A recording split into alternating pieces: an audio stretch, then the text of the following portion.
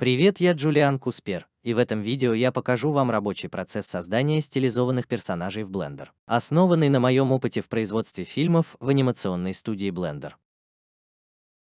Если ты находишь эту тему интересной, зайди в Blender Cloud, где я расскажу гораздо подробнее, дав пошаговый обучающий курс по этому предмету. Этот учебник в некотором смысле является краткой версией полного курса, так что имейте в виду, что я не собираюсь останавливаться на каких-либо деталях. В описании есть ссылка, но давай сразу перейдем к делу. Полный рабочий процесс создания персонажа часто не очень линеен и может включать в себя различные этапы в зависимости от типа и стиля персонажа. В данном случае я даю несколько идеализированный упрощенный рабочий процесс, как самое первое, что необходимо знать, каким должен быть персонаж. В этом случае это будет не слишком мультяшно или реалистично, а своего рода смесь того и другого. Таким образом, стиль достаточно абстрагирован, чтобы не быть сверхъестественным, но и не слишком оторван от реальности, чтобы все еще чувствовать себя обоснованным.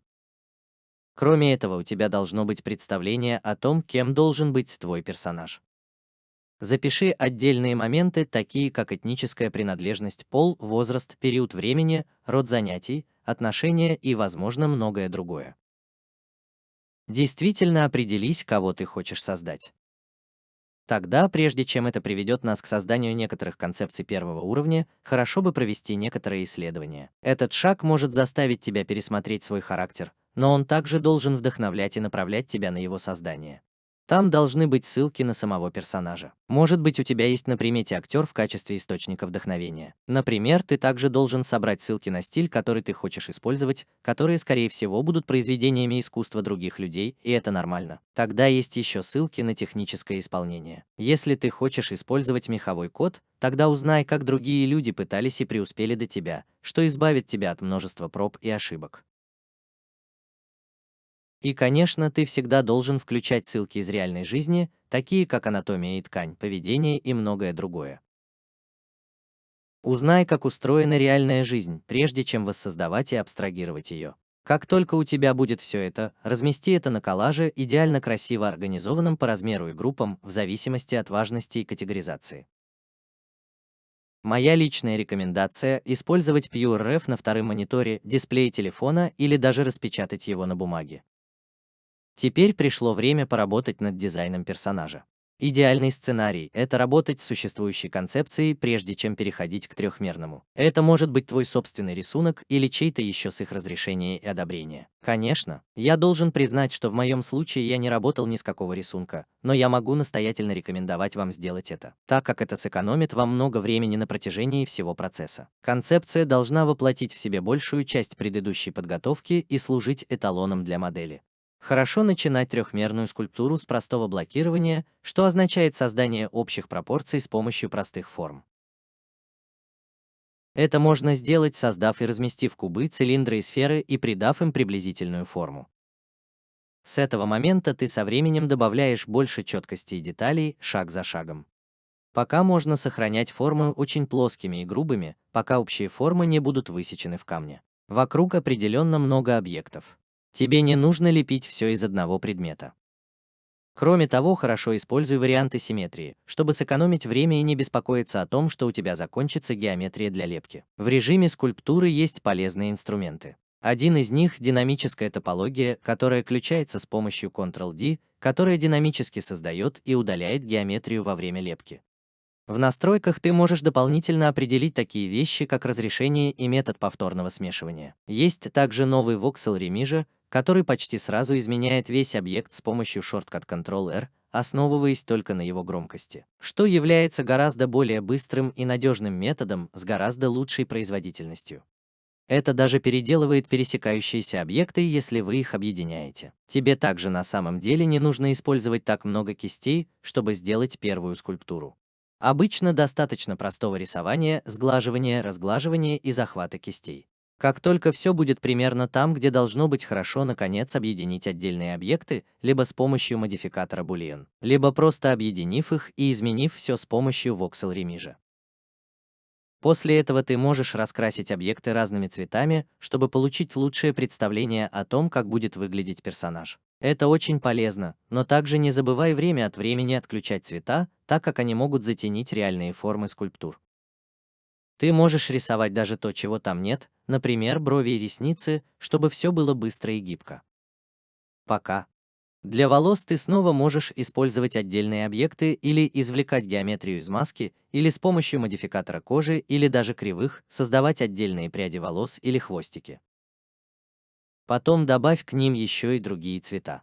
Если у тебя нет строгого концепта рта, которому нужно следовать, ты можешь продолжать полировать голову, лепить или создавать варианты дизайна, прежде чем остановиться на одном из них. Просто убедись, что ты увеличил разрешение и полируешь для окончательной лепки головы, пока не будешь доволен результатами. Различные матовые колпачки или даже ваши собственные, изготовленные на заказ, могут помочь вам более четко увидеть дефекты поверхности. И не беспокойся о потере цвета вершин на этом этапе, так как впоследствии их всегда можно перекрасить. Они все равно сейчас просто служат предварительной визуализацией. И еще раз, держи ссылки на стороне, особенно при лепке таких вещей, как волосы, которые может быть очень сложно снять, если ты к этому не привык. Для остальной части тела это в основном то же самое. Начинать с базовых отдельных объектов, чтобы блокировать пропорции и формы. Это хороший рабочий процесс. Также попробуй использовать модификатор Mirror с пользовательским зеркальным объектом, который служит центральной осью. Таким образом, ты можешь легко сохранить симметричность всего тела, независимо от формы каждого объекта.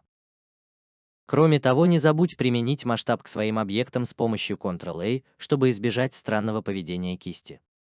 Хорошо лепить персонажа в позе покоя, такой как Т-образная поза с очень выпрямленными и угловатыми конечностями. Или в позе А, которая более расслаблена, например, с углом наклона рук 45 градусов. Т-образная поза – лучшая поза для отдыха для последующего монтажа и анимации, в то время как поза А даст вам более точные деформации в анимации. Если персонаж больше склоняется к реалистичному стилю, продолжай лепить и совершенствовать пропорции и формы, пока не будешь доволен. Прежде чем соединять все вместе для одежды, снова хорошо извлечь новые предметы из масок и доработать их, добавив складки там, где в ткани должно быть сжатие и растяжение.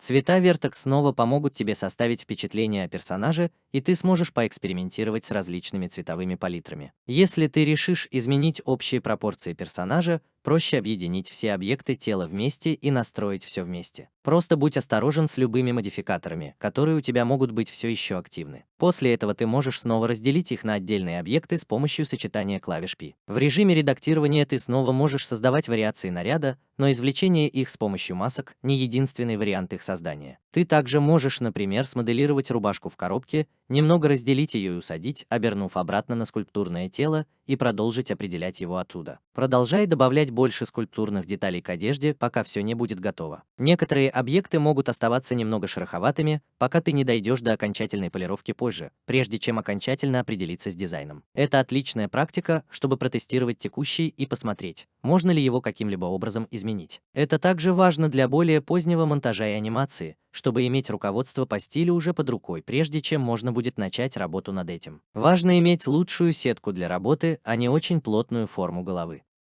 Прямо сейчас я могу порекомендовать либо грубо переделать голову вручную из разделенного куба, который вы прикрепляете обратно к скульптуре с помощью модификатора термоусадочной пленки, либо использовать новую четырехмерную меру на вкладке «Данные объекта» сбоку. Просто убедись, что общая плотность достаточно, и немного точнее расположи геометрию вокруг глаз и рта с помощью ручного моделирования. Кроме того, убедись, что на петельках есть 3-4 кромочные петли, чтобы их тоже можно было закрыть. Добавь в внутренний рот несколько зубов и язык, которые точно отражают более поздний отполированный результат, но ничего страшного, если сейчас они немного грубоваты. Чтобы вернуть большую часть скульптурных деталей, ты можешь добавить модификатор с несколькими разрешениями, разделить его пару раз и добавить модификатор термоусадочной пленки. Оберни оригинальную скульптуру в термоусадочную пленку на новую и нанеси ее, и у тебя будет подробная версия на слоях с несколькими разрешениями. Просто убедись, что ты не упаковал в термоусадочную пленку какую-либо геометрию, которой не было в оригинальной скульптуре. Например, внутренний рот и внутренние глаза с группой вершин и какой-нибудь белой краской. Ты можешь исключить детали, подлежащие термоусадочной упаковке, добавив это в модификатор. Добавь несколько клавиш формы, моделируй и лепи на каждой из них, чтобы получить разные движения лица, смешивай и объединяй их. Как бы тебе ни нравилось создавать различные выражения, будь осторожен, работай только с базовым разрешением, а не с любым из многослойных слоев. Для этой задачи тебе по сути нужны только захватные и гладкие кисти, чтобы перемещать предметы и немного расслаблять области. Начни с основ, таких как закрытые глаза и открытый рот. Ты можешь создать одинаковые клавиши формы для нескольких объектов и либо анимировать их вместе, либо даже подключить их с помощью драйверов, чтобы все они скользили вместе. Оттуда прокладывай себе путь с помощью простых улыбок, сердитых криков и очень растянутых и сжатых тестов на выражение лица. Это сообщит тебе, хорошо ли работают текущие пропорции или их нужно изменить, но к концу у тебя должно получиться несколько привлекательных выражений, которыми можно похвастаться. Как всегда, ссылки важны, даже если ты просто снимаешь себя, чтобы знать, как на самом деле должно двигаться лицо. Ты можешь понять, что форма глаз на самом деле не подходит ко всем выражениям лица, или что брови по умолчанию слишком высокие, или зубы слишком низкие и маленькие. Просто подправь эти области, пока они не будут выглядеть правильно. Просто обязательно получай обратную связь от друзей или коллег, прежде чем переходить к следующему большому шагу. Или если ты участвуешь в настоящей постановке, подпиши ее, как и все остальные шаги, художественным руководителем или кем бы он ни был твоим начальником. Чтобы все это выглядело еще лучше, ты можешь добавить немного дополнительной асимметрии, чтобы придать больше характера и привлекательности каждому выражению, и общий дизайн готов. С этого момента задача состоит в том, чтобы создать фактически готовый к производству актив и доработать стиль. Скульптурный персонаж до сих пор, к сожалению, невозможно сфабриковать и оживить в любом производстве, поэтому модель нуждается в очистке. Вот тут-то и пригодится ретопология. Ретопология — это создание версии модели, которая имеет наименьшее необходимое количество геометрии с теми же формами, что и исходная, особенно при ее разделении. Просто создай новый объект и либо начни с простого базового объекта, либо просто полимоделируй его полностью, начиная с лица. Не забудь использовать модификатор Mirror и Shrink Wrap и включить привязку лица в режиме редактирования, чтобы все было близко к оригинальной скульптуре. С этого момента все сводится к выдавливанию разрыву, вырезанию, заполнению и объединению геометрии, чтобы получить нужную тебе топологию. Есть несколько вещей, которые составляют хорошую ретопологию. Очень важен поток по краям, то есть направление петель, которые огибают поверхность. Все это сделано из квадратиков, которые представляют собой грани с четырьмя сторонами, и они ведут в разные стороны через полюса, которые представляют собой вершины с меньшим или большим количеством соединенных ребер, но никогда не выходят за пределы 5 соединенных ребер. Иначе они могут стать действительно видимыми. Это очень похоже на головоломку, где вам нужно создать эффективную и очень функциональную версию ваших объектов, которая поддерживает любые движения, сжатия или растяжения, которые произойдут с ними, как только они будут анимированы. Например, как и в тестах на экспрессию, хорошо бы добавить несколько дополнительных петель на проушинах, так как они тоже должны закрываться и нуждаются в дополнительной геометрии. Суставам нужно минимум 3 кромочных петли, чтобы иметь возможность сгибаться, сохраняя при этом свою форму. Если ты хочешь преувеличить складку где-то на лице для определенных выражений, также приготовь минимум 3 кромочные петли, например, на линии планки или между бровями. Использование модификатора Subdivision Surface сгладит весь результат, так что будьте внимательны к растяжению. Вот почему ты должен в основном полагаться на квадроциклы одинакового размера повсюду, особенно на участках, которые будут сильно деформироваться или сильно искривляться. Складки и твердые поверхности являются исключением обычно, поскольку первому требуется больше плотности, чтобы оставаться четким, а второму не нужны дополнительные петли, чтобы хорошо деформироваться. Обычно рекомендуется начинать с лица и повторять каждую складку отдельно оттуда, а затем сшивать их вместе. Сделай так, чтобы петли в целом повторяли формы и мышцы тела, чтобы поддерживать направление, в котором они тоже будут деформироваться. Убедись, что большинство петель ведут обратно друг в друга. Ты же не хочешь, чтобы какие-то петли закручивались спиралью по всем твоим объектам. В какой-то момент ты переделаешь все, что было вылеплено, и тогда тебе придется моделировать вещи, которых еще не было. Но сначала добавьте модификатор Maltwares, разделите его пару раз и нанесите на него термоусадочную пленку. Тогда нажми на «Применить базу» и тоже избавься от модификатора Maltwares. Теперь ваша ретопология будет иметь те же объемы, что и исходная скульптура, при добавлении модификатора поверхности разделения. С этого момента ты можешь моделировать некоторые внутренние проушины, внутренний рот, полировать уже существующие зубы, десны и язык, а также моделировать некоторые правильные глаза. Когда ты доберешься до одежды, ты можешь дублировать части тела, чтобы иметь хорошую основу для начала. Сейчас также самое время придать больше четкости грубо вылепленным предметам или добавить швы и красивые карманы к брюкам и другим деталям. Как только это будет сделано, убедитесь, что у вас есть актив в правильном мировом масштабе, примерно 1,7 метра в моем случае. И пришло время перейти к следующему шагу. Точно так же, как топология — это первый шаг к хорошей оснастке и деформациям, UV-карты — это первый шаг к хорошим текстурам и материалам. Просто представь, что ты берешь ножницы и делаешь несколько надрезов на своем чисто образцовом персонаже. Разверни его на плоской поверхности и помести сверху изображение. Это плоская развернутая сетка, это UV-карта, и именно так выполняется текстурирование цифровой модели. Чтобы добиться этого, ты можешь выбрать края в режиме редактирования и пометить их как швы. Эти края будут порезами на AVS. Как только ты их разместишь, ты можешь развернуть свою сетку, и AV-карта будет видна в AV-редакторе. Включив растягивающее наложение, будет более заметно, если ультрафиолетовые лучи не будут идеальными в определенных областях. Кроме того, уже использование UV-карты для добавления текстуры цветовой сетки в модель также лучше покажет распределение UV-пространства. Цель состоит в том, чтобы разместить ровно столько швов, чтобы равномерно выложить сетку с минимальным количеством растяжений. Но точно так же, как невозможно создать идеально плоскую карту Земли без того, чтобы некоторые области не были немного больше других, некоторых недостатков будет трудно избежать. Кроме того, старайся не накладывать слишком много швов, например, на лицо, так как при определенных обстоятельствах швы может быть легко заметить. Спрячь швы как можно лучше.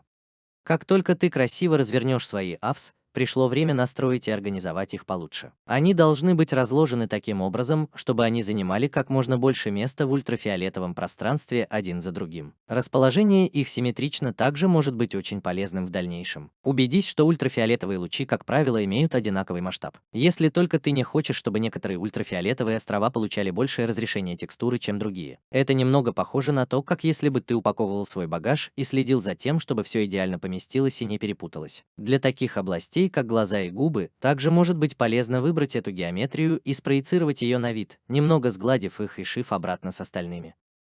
Все, что делает ультрафиолетовые лучи более равномерно распределенными. Если ты начнешь настраивать AVS подобным образом в деталях, помни, что ты можешь закрепить точки AVS с помощью ярлыка P, чтобы они не двигались при повторном разворачивании этих AVS. Кроме того, убедись, что ни одна из ультрафиолетовых границ не находится слишком близко друг к другу, и что никакие ультрафиолетовые лучи никогда не должны перекрываться, если ты не знаешь, что делаешь. Ты также можешь использовать инструменты для UV-скульптуры для более широкого сглаживания и захвата областей, но будь осторожен, чтобы не вызвать слишком сильного растяжения. Масштабируй некоторые области с помощью пропорционального редактирования, чтобы получить более равномерные AV-изображения за счет большего растяжения. Это всегда своего рода балансирование между тем и другим. Для одежды также может быть важно, чтобы UV-карты были разложены аккуратными прямоугольными лоскутами. Таким образом, очень легко просто нанести несколько узоров на ткань, не искажая их и не отклоняя в странных направлениях.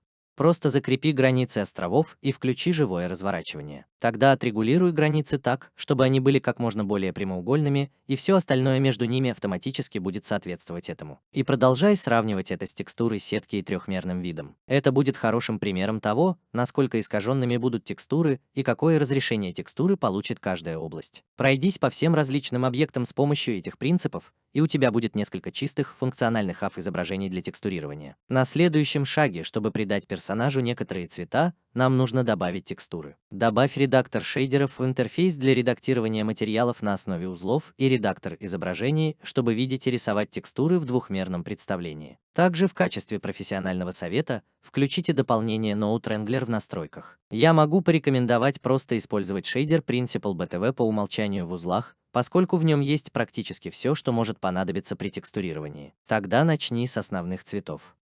Сделай это, добавив и раскрасив текстуры изображения или цвета вершин и подключив выходные данные узла к базовому цвету шейдера. Большинство узлов можно свободно смешивать с узлом MixRACP, и у каждого есть свои преимущества. Используй режим предварительного просмотра материалов в окне просмотра, в котором отображается все, над чем ты работаешь. Нажми Ctrl-Shift на любом узле, чтобы увидеть этот вывод напрямую. Начни с большинства основных цветов, а затем смешай второстепенные цвета. Затем ты также можешь начать микшировать окружающие окклюзионные или резонаторные входы, паттерна шумы и конкретные закрашенные детали. Просто смешай ноты вместе, либо используя экран для осветления, либо умножая для затемнения, либо смешивая для смешивания между двумя входами. Также не забудь рисовать на альфа-канале, который представляет собой прозрачность текстуры изображения, чтобы использовать ее в качестве маски, подключив ее к фактору впоследствии. Хорошо выровненные прямоугольные AF-изображения для одежды теперь действительно станут полезными, поскольку изображения такие, как выкройки одежды, можно просто нанести сверху, и они сразу же выровняются. Дополнительные детали, такие как стежки, всегда можно потом нарисовать отдельно сверху. Определенно сохраняй все эти влияния в цвете в виде отдельных узлов, потому что как только ты закончишь, придет время для затенения.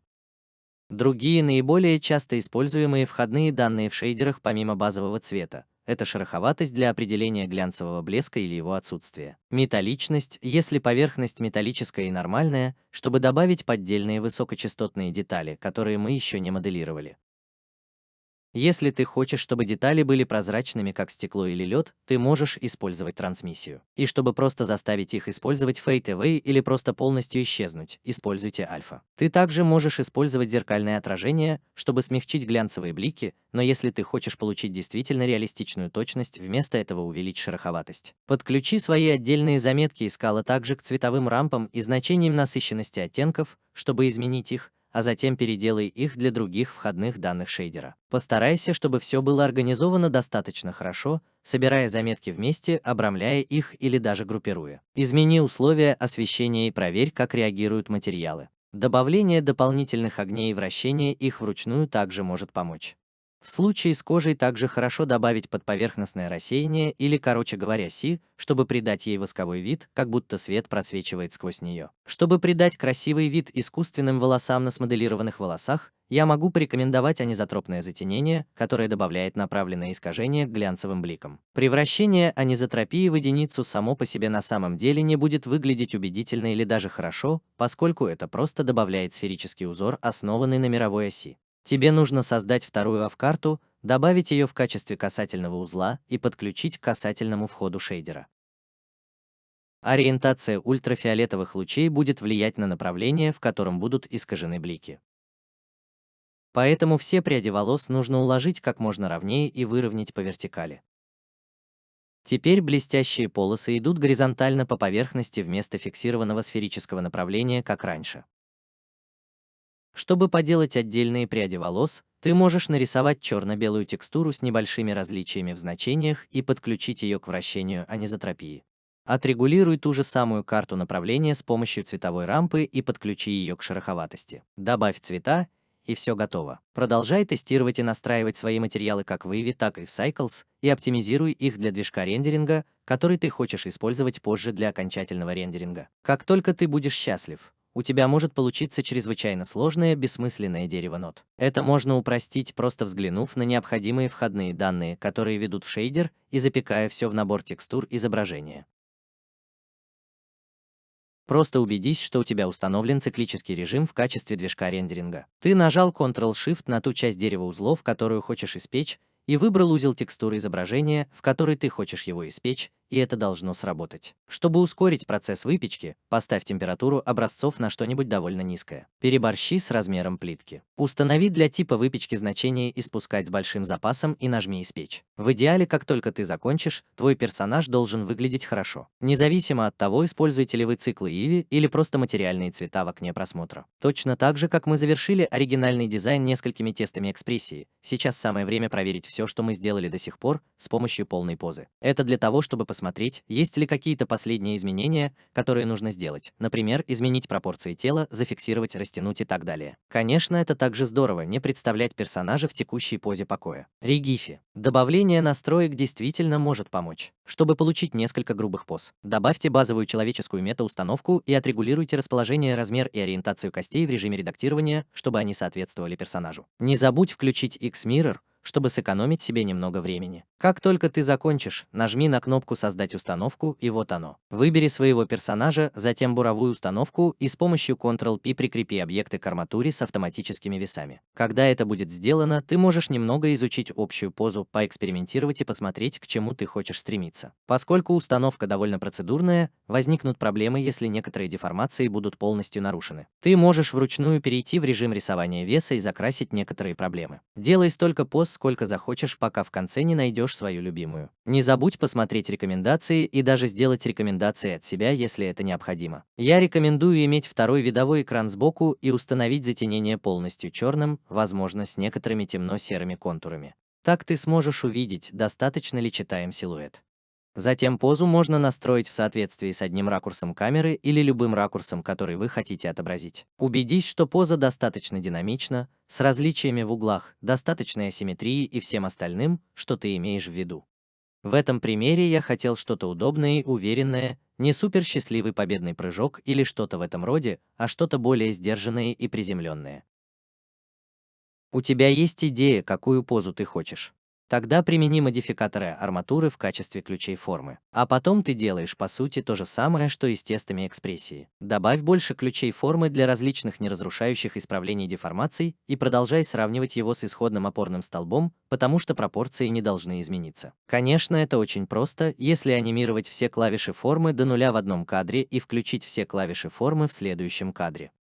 Создание вариаций таким образом – это тоже хорошая возможность. Если ты заметил, что руки на самом деле выглядят немного странно по длине или руки слишком большие, сейчас самое время внести последние изменения, прежде чем приступить к конечному результату. Также вылепи выражение, которое тебе нравится, и отшлифуй его, пока не станешь счастливым. С этого момента ты можешь разместить несколько источников света, создать приятную обстановку и создать окончательное изображение. Сделай несколько ракурсов или даже поворотный стол, чтобы показать как можно больше персонажа. Так называемый глиняный рендеринг также хорош для демонстрации самой модели, где она отображается бесцветной в рассеянном сером цвете с только выпуклостью и нормальной информацией максимум из материалов. Добавь еще и каркасы сверху, чтобы продемонстрировать чистую топологию, которую ты создал. Сделай их также вертушками, и у тебя будет законченный персонаж для производства, которым ты можешь похвастаться с этого момента. Конечно, есть еще несколько шагов, таких как создание реальной установки для анимации, тестирование анимации и остальная часть производства. Но с точки зрения поиска и разработки дизайна и стиля персонажа, это шаги, которые вам нужны, по крайней мере, для создания полного стилизованного рабочего процесса персонажа. Если тебя интересует больше образовательного контента Blender, огромная библиотека всех фильмов Blender Open, или ты хочешь поддержать эти проекты, зайди в Blender Cloud и скажи привет в комментариях. Ты также найдешь полностью сфальсифицированную версию этого примера персонажа по имени Дождь и различные файлы из процесса создания. Я надеюсь увидеть тебя там и спасибо тебе за просмотр.